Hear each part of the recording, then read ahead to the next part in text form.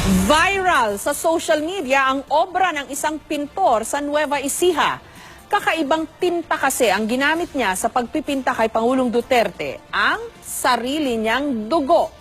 Ang filosofiya raw kasi ng artist na si Elito Sirca o mas kilala bilang amang pintor, blood is love and blood is life. 5 oras lang din daw niya binuo ang painting dahil mabilis matuyo ang tintang dugo.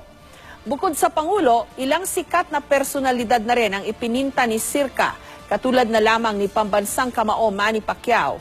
Natanong naman siya kung bakit si Pangulong Duterte ang naisip niyang inspirasyon sa bago niyang obra.